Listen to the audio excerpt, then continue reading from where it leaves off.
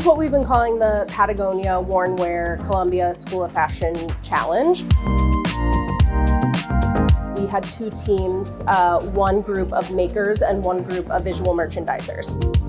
It could be an artistic expression of whatever they believe, sustainability and worn wear is. Oh, this is another dress. And then the visual merchandisers at the end of the week would have to then take all their pieces and create a window display.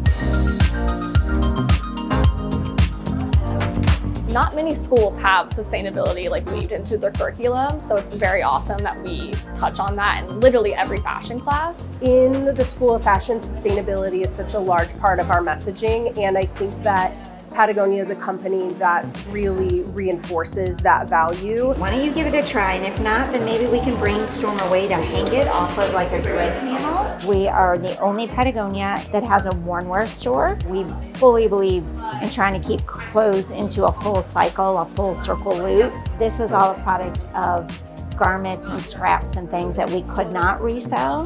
So it's so exciting to see what they're coming up with and maybe what we can do as a company to have products like that in our worn wear store. Well, no, I think we can just put that right in front of this pillar. Sometimes in design competitions, it's so focused on, who's making the product, but so much of fashion is who's selling the product. How do we like it? How do these visual merchandising students take this product that they've never worked with, never seen before, and sell it in a way that supports the product, but also supports the message of the store? But there are two options. I feel like Patagonia is just like a gold star brand. A lot of us probably have this on our list of like dream brands to work for or collaborate with. I hope that we can continue to work with a lot of companies that have parallel messaging as our department and parallel values and ways of wanting to take students out of the classroom and put them in a real life situation, but also keep it really fun. Yeah, okay.